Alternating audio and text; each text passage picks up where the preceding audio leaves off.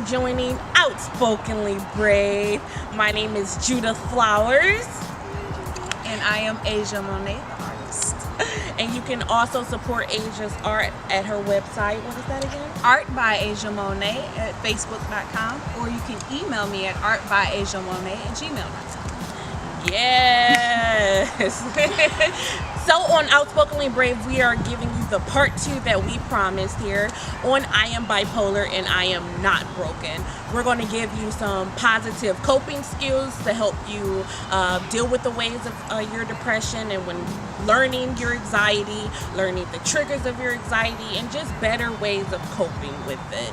So definitely stay tuned to that and enjoy the show. Like just finding ways, like when I normally isolate myself, I want to be completely by myself.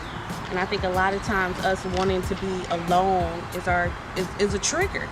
Wanting to be alone is actually a trigger because I don't think we understand how to be alone.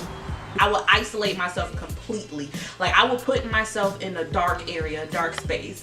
I can't talk to anyone. I will go as disactivating my social media sites.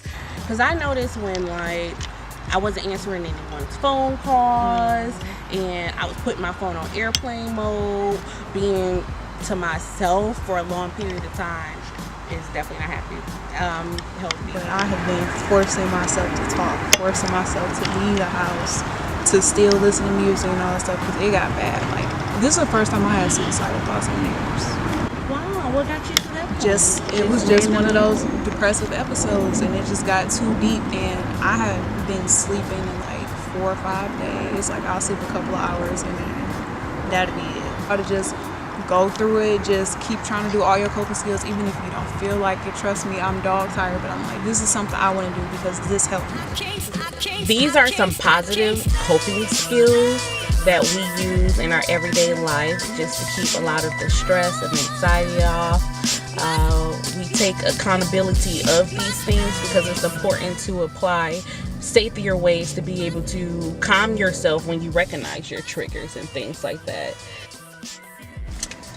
Some of my triggers are when I start isolating from friends, staying to myself, not doing my normal everyday behaviors. Sometimes I can't focus. Sometimes it's hard to articulate and say how I'm feeling. So a good way of dealing with that is to write it out. You know, it's not always easy to talk to your friends about how you're feeling. Sometimes you can't put it in words. So just write it down, let it out. Don't keep that in. Funny because I have such bad stage fright, but once I get up there and get out whatever I wanted to say in that poem. I couldn't save you. So I left you a trail of breadcrumbs. I hoped you would have found them by now, but I guess the rodents beat you to them. I knew it was over when I shivered slightly each time the phone rang.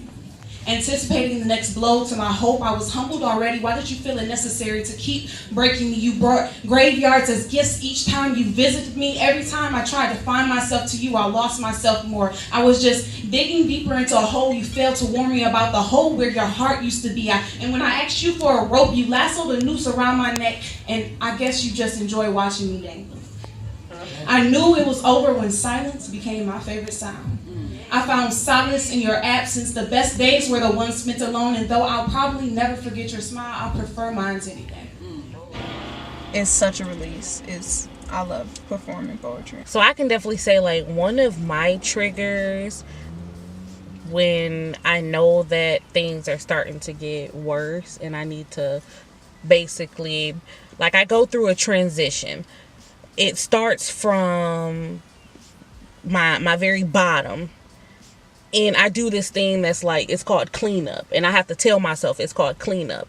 And it's not just like cleaning my house. Like I'm doing a full cleanup where I have to like re-clean my brain of all the clutter. A lot of times I get lost. And that's one of my biggest triggers is feeling lost. Like I'm trapped, I'm stuck. Things don't start to look familiar anymore. Everything seems to be the same. It's almost like my body is urging for some kind of change. But in my emotions, it can be numerous of other things. I had to find a new outlook again. I had to smile. I had to pray. I had to ask God for forgiveness. I had to forgive myself. I had to start finding ways to love myself who I am now, who in the skin that I am now. Love my teeth, love all the things that, we talked about in the first episode of Outspokenly Brave, loving my body for what it is. Another thing that helps me to cope with my everyday issues with mental illness is to listen to music. Music is calming for me. It puts some of my feelings in a musical way. And that's helpful, and it makes you feel like you're not alone. If somebody took the time to write this song about, this emotion, then that means somebody else is going through it. So I'm not alone. So it helps you to feel like you have somebody. I think that definitely during one of my episodes, prayer is important to me. God is important to me. And I wouldn't be here without God, and I give all the glory and praise to God. I am a worshiper, and for me, I have to dig so deep in God. It's like one of those, you need to wake up, girl. Yeah. You're driving yourself so crazy and so manic, and you're causing yourself all these unnecessary health issues when I have gave you the path. I have gave you just need to believe in yourself. If only you would know that I love you. Right. If only you would know that I have instilled in you the skills, and praying is important. I can't stay.